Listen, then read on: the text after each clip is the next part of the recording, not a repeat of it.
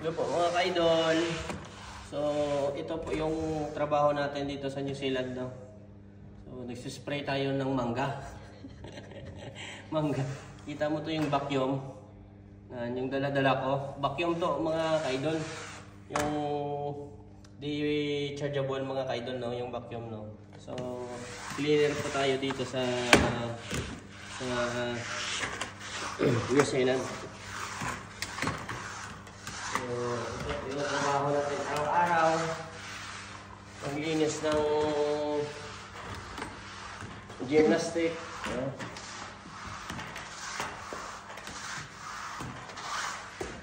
So, nakakapagod idol pero kaya naman. No? Kasi ganyan yung buhay eh. Dapat may tiyaga para makatikim ng linaga.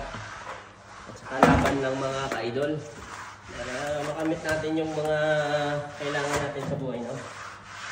So, hindi naman masyado madumi. So, kailangan mo lang na vacuumin yung mga maliit-liit na mga dumi to.